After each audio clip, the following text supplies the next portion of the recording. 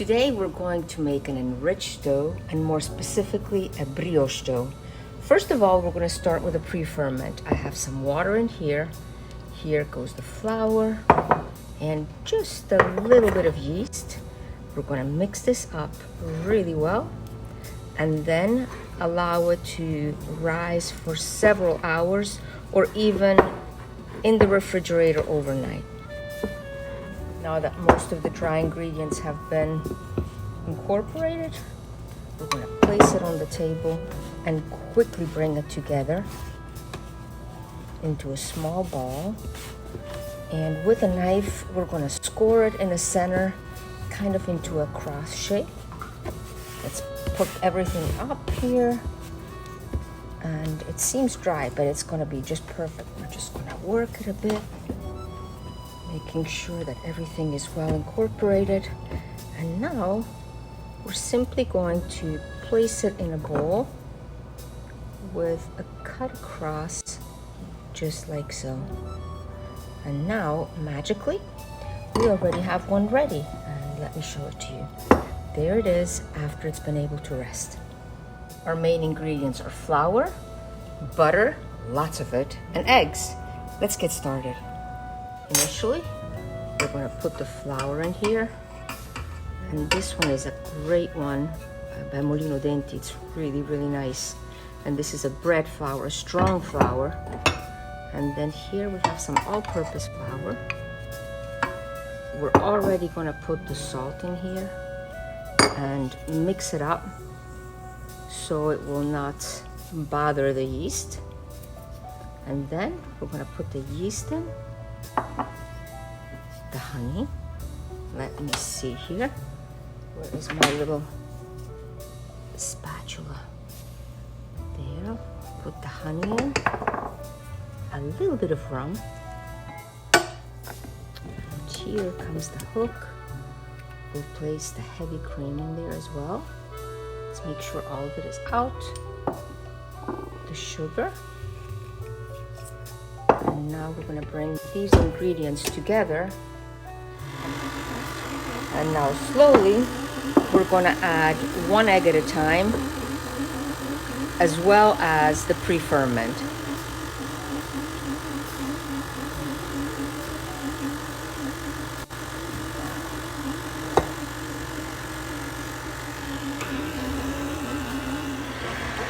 We're also going to add the vanilla. And then this time we have chosen to add the zest of an orange. So let's turn this off, lift it up, and add the zest of the orange. Now, if you make a savory brioche, then you would omit the orange and the vanilla.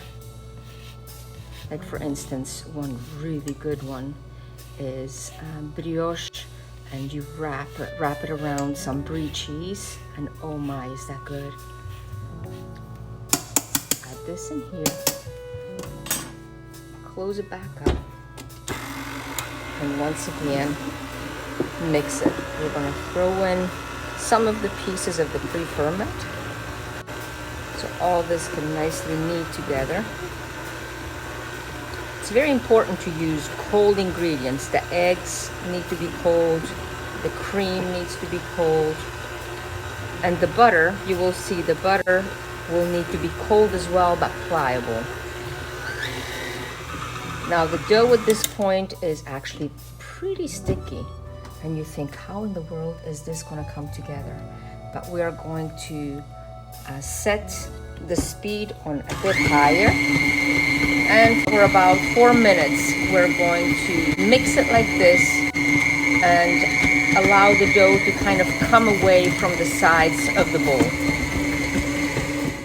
Every once in a while it's important for the sides to be scraped down, and so this little rubber spatula is absolutely perfect to do this with. But you can already see that the gluten strands are beginning to form. So we put this back under here.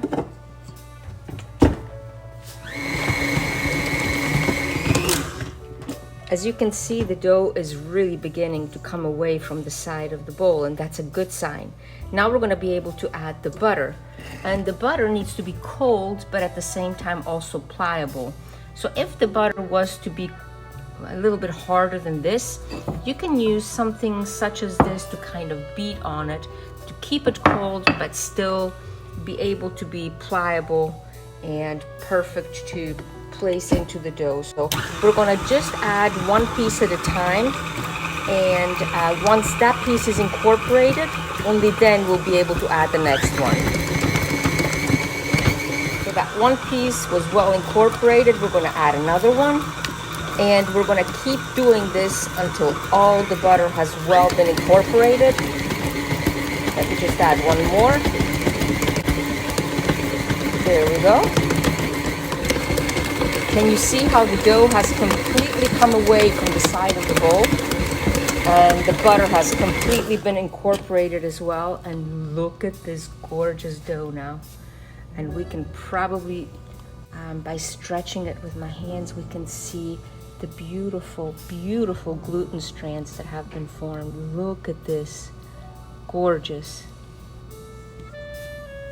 Now we're gonna take it out of here, and we're gonna need to let it double in size for a good hour and a half, 2 hours.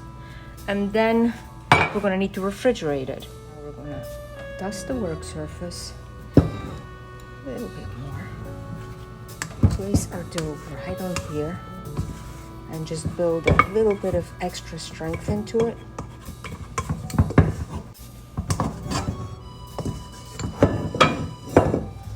And this is when kind of a hard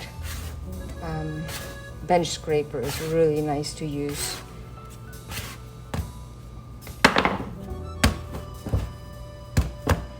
We're gonna give it just a bit more strength by doing this.